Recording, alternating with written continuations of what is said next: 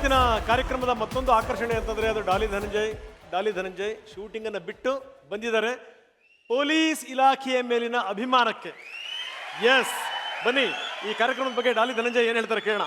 ನನಗೆ ಭಾಳ ಹತ್ತಿರದಿಂದ ಡಿಪಾರ್ಟ್ಮೆಂಟಿನ ಕಷ್ಟಗಳು ಗೊತ್ತು, ಪೊಲೀಸ್ ಆಫೀಸರ್ಸ್ದು.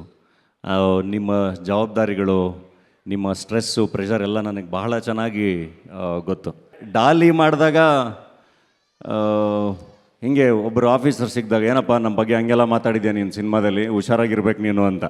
ನಾನು ಸರ್ ಪಾತ್ರ ಸರ್, ಅದು ನಾವು ಕಲಾವಿದರಾಗಿ ಎಲ್ಲದನ್ನು ರೆಪ್ರೆಸೆಂಟ್ ಮಾಡಬೇಕಲ್ವ ಸರ್ ಅಂತ. ಅದಾದಮೇಲೆ ನಾನು ಮಾಡಿದ್ದು ಹೊಯ್ಸಳ ಒಪ್ಕೊಂಡು, ಅಂದರೆ ಒಂದು ಸಲಗ ಮತ್ತು ಹೊಯ್ಸಳದಲ್ಲಿ ಭಾಳ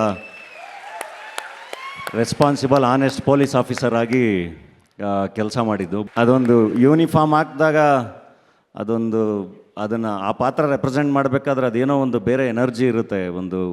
ಸೊ ರಿಯಲ್ ಲೈಫಲ್ಲೂ ನಿಮ್ಮಲ್ಲಿ ಅದೇ ರೆಸ್ಪಾನ್ಸಿಬಿಲಿಟಿ, ಅದೇ ಜವಾಬ್ದಾರಿ ಅದು ಕಾಣುತ್ತೆ. ಅದು ಯಾವಾಗಲೂ ನಿರಂತರವಾಗಿ ಹಂಗೆ ಇರಲಿ. Thank you very much. ಇವತ್ತಿನ ಕಾರ್ಯಕ್ರಮದ ಮತ್ತೊಂದು ಆಕರ್ಷಣೆ ಅಂತಂದರೆ ಅದು ಡಾಲಿ ಧನಂಜಯ್ ಶೂಟಿಂಗನ್ನು ಬಿಟ್ಟು ಬಂದಿದ್ದಾರೆ ಪೊಲೀಸ್ ಇಲಾಖೆಯ ಮೇಲಿನ ಅಭಿಮಾನಕ್ಕೆ. ಎಸ್, ಬನ್ನಿ ಈ ಕಾರ್ಯಕ್ರಮದ ಬಗ್ಗೆ ಡಾಲಿ ಧನಂಜಯ್ ಏನು ಹೇಳ್ತಾರೆ ಕೇಳೋಣ.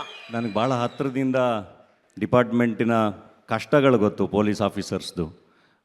ನಿಮ್ಮ ಜವಾಬ್ದಾರಿಗಳು, ನಿಮ್ಮ ಸ್ಟ್ರೆಸ್ಸು, ಪ್ರೆಷರ್ ಎಲ್ಲ ನನಗೆ ಬಹಳ ಚೆನ್ನಾಗಿ ಗೊತ್ತು. ಡಾಲಿ ಮಾಡಿದಾಗ ಹಿಂಗೆ ಒಬ್ಬರು ಆಫೀಸರ್ ಸಿಕ್ಕಿದಾಗ, ಏನಪ್ಪ ನಮ್ಮ ಬಗ್ಗೆ ಹಂಗೆಲ್ಲ ಮಾತಾಡಿದ್ಯಾ ನೀನು ಸಿನಿಮಾದಲ್ಲಿ, ಹುಷಾರಾಗಿರ್ಬೇಕು ನೀನು ಅಂತ. ನಾನು ಸರ್ ಪಾತ್ರ ಸರ್, ಅದು ನಾವು ಕಲಾವಿದರಾಗಿ ಎಲ್ಲದನ್ನು ರೆಪ್ರೆಸೆಂಟ್ ಮಾಡಬೇಕಲ್ವ ಸರ್ ಅಂತ. ಅದಾದಮೇಲೆ ನಾನು ಮಾಡಿದ್ದು ಹೊಯ್ಸಳ ಒಪ್ಕೊಂಡು, ಅಂದರೆ ಒಂದು ಸಲಗ ಮತ್ತು ಹೊಯ್ಸಳದಲ್ಲಿ ಭಾಳ ರೆಸ್ಪಾನ್ಸಿಬಲ್ ಆನೆಸ್ಟ್ ಪೊಲೀಸ್ ಆಫೀಸರ್ ಆಗಿ ಕೆಲಸ ಮಾಡಿದ್ದು. ಅದೊಂದು ಯೂನಿಫಾರ್ಮ್ ಹಾಕಿದಾಗ ಅದನ್ನು ಆ ಪಾತ್ರ ರೆಪ್ರೆಸೆಂಟ್ ಮಾಡಬೇಕಾದ್ರೆ ಅದೇನೋ ಒಂದು ಬೇರೆ ಎನರ್ಜಿ ಇರುತ್ತೆ ಒಂದು. ಸೊ ರಿಯಲ್ ಲೈಫಲ್ಲೂ ನಿಮ್ಮಲ್ಲಿ ಅದೇ ರೆಸ್ಪಾನ್ಸಿಬಿಲಿಟಿ, ಅದೇ ಜವಾಬ್ದಾರಿ ಅದು ಕಾಣುತ್ತೆ. ಅದು ಯಾವಾಗಲೂ ನಿರಂತರವಾಗಿ ಹಂಗೆ ಇರಲಿ. Thank you very much.